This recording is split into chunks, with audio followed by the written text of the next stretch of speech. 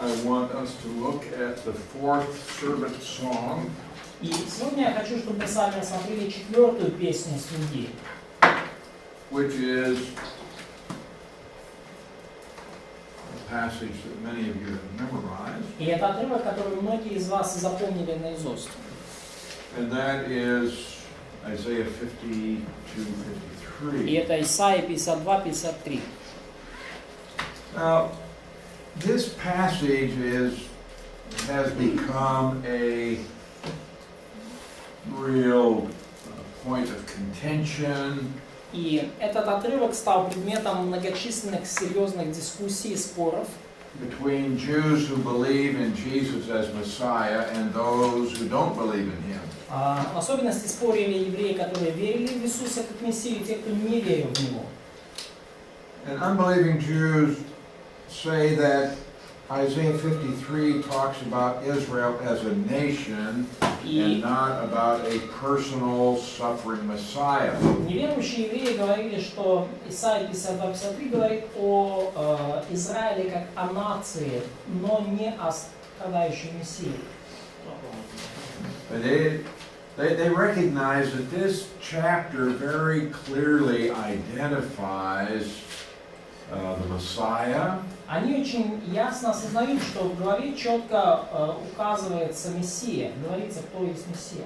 And it very obviously points to Jesus as being the fulfillment. И совершенно очевидно, что глава указывает на Иисуса как на исполнение этого пророчества. And so many unbelieving Jews want to find a way to say, no, this is not talking about Messiah. И многие неверующие евреи пытаются найти какой-то способ, чтобы доказать, что это не про Мессию. And so they have tried to find ways to ignore the clear teaching of this passage. И они пытаются найти способ проигнорировать ясное учение данного отрывка. But they have some problems Но у них возникают проблемы, because the traditional teaching of the rabbis поскольку традиционное учение раввинов before the time of Christ до времен Иисуса was that this passage in Isaiah 53 is talking about Messiah. было как раз таки таково, что этот отрывок 53 главе Исаии говорит о Мессии. They said, no, this points to Messiah who would come and suffer and die for the sins of the people. Они говорили, что да, это говорится о Мессии, который придет, будет страдать и умрет за грехи народа. But then later on, after the church had begun, in fact, several centuries after the beginning of the church, Но позже, после того, как церковь началась, уже через несколько столетий после начала церкви, there were rabbis who said, we need to find a new explanation for this. появились раввины, которые сказали, ну нам надо какое-то новое объяснение придумать. And so they began to, oh, this is talking about Israel, the nation. И они начали говорить, что ну тут в отрывке речь про Израиль, как про народ, про нацию. Or it's just talking about some ideal servant of God and it's not talking about a real person. Или здесь просто говорится о каком-то идеальном, абстрактном рабе Божьем, а не о конкретной личности.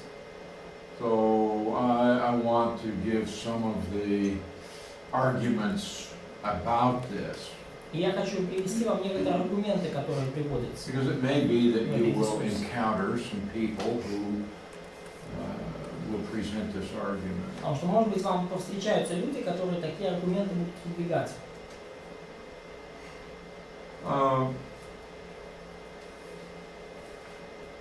Now, one of the things that the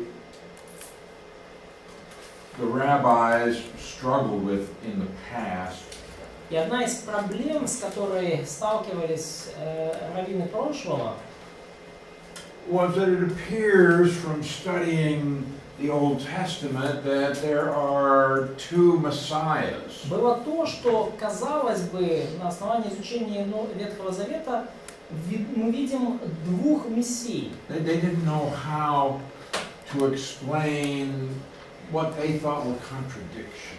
И они не знали, как объяснить вот это кажущееся противоречие. It appeared that Messiah was suffering, Казалось, с одной стороны, что Мессии придется страдать. but then it appeared that Messiah was a great warrior and he was a great ruler. Но с другой стороны, из Писания было видно, что Мессия также будет великим воином и великим So there правителем. was a Messiah who was humiliated, but there was a Messiah who was glorious. То есть в Писании словно бы было два Мессия. Один, который будет уничижен, а другой, который будет в славе. And they didn't know how to explain that. И они не знали, как это объяснить. They said, well, there must be two Messiahs. И они говорили, ну, должно быть таким образом двое Мессий. And they said there is a Messiah called Mashiach ben Yosef. И они сказали, что будет Мессия, который называется Машиах бен Йосеф. And this would be the suffering И Messiah. это будет страдающий Мессия. And then there was a Messiah from David. И с другой стороны будет Мессия от Давида.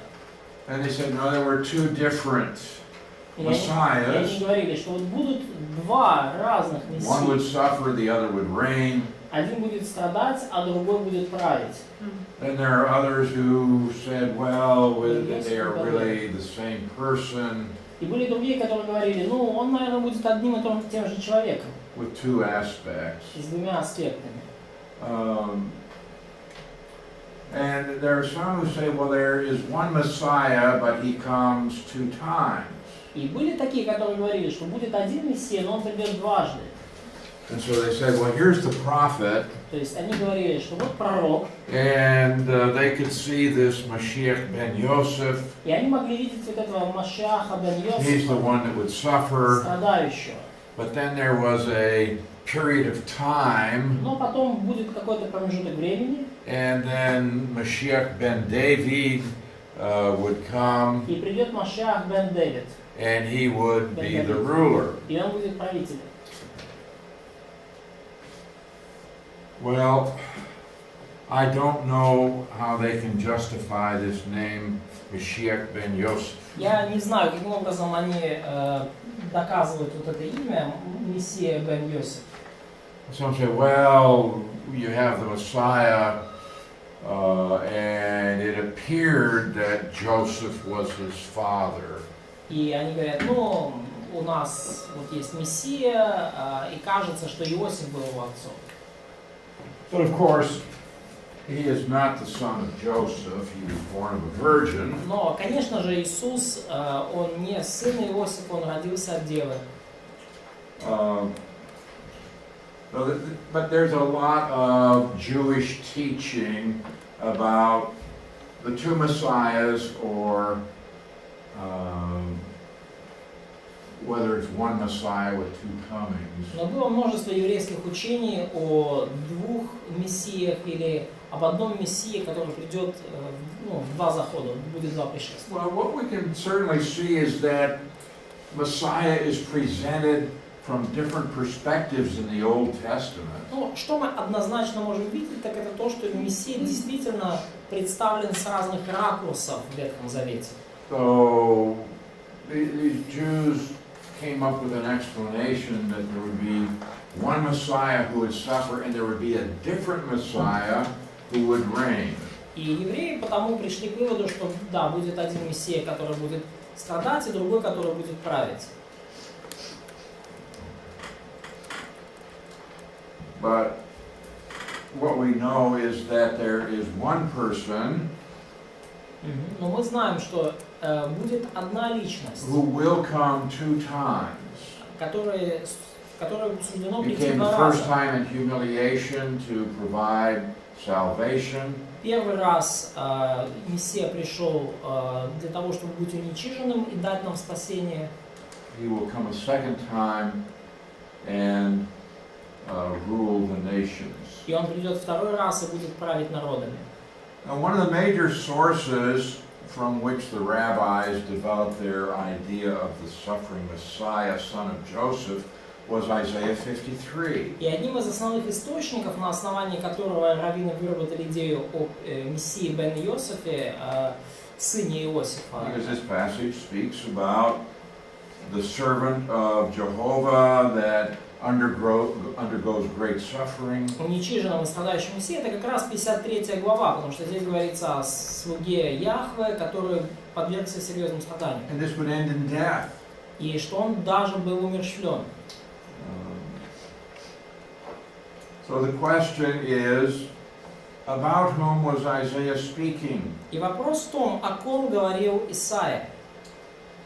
Well, many today say, well, this is not really talking about Messiah at all. И многие сейчас в наши дни скажут, ну, эта книга вообще не говорит о Мессии. And they say, well, to put Isaiah into this passage, that's the Christian interpretation. И Jesus. Да, и говорят, что если вы пытаетесь в этом отрывке прочитать Иисуса, то это просто ваше такое христианское истолкование. So they say the Jewish interpretation is this isn't talking about Messiah at all.